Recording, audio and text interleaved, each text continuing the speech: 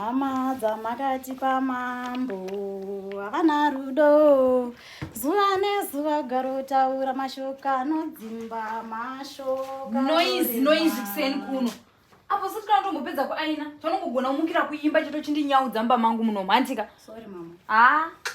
Shuwi, apa pachiri nedhasa sisi kana tomboklina. Izvo chiri kuaina murume wangu zvako usati kana umugadzira chikafu zvadaenda kubasa handika. Apo chiri kuaina usati kana chipi udondinyatsoita zvinota seizvazvo chaizvo. Ndiri kupa mari yeiwewe. Ndiri kumbopa mari yechi. Mama ndakutopedzisa. Zvimwe zvinhu zvacho so. Izvo chaklina nguvai. Murume wangu zvako unonokuenda kubasa. Apa asati kana atombodya.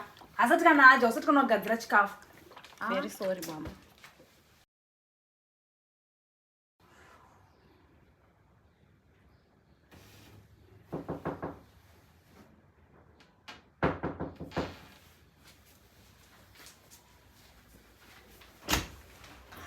Yes, consumer. Ndiri boy ndise. Ndivare. Asiara kana kumboka kunde mepo. Nachitotsva zvangu ndigara. Okay.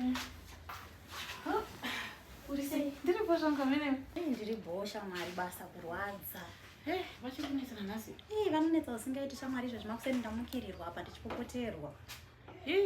Wakaita here zvandakakudza zvino. Ndakaita shando toita zvese unoziva ndinotovapa tii nemvura yemutoileti handisi kutomboita mafani.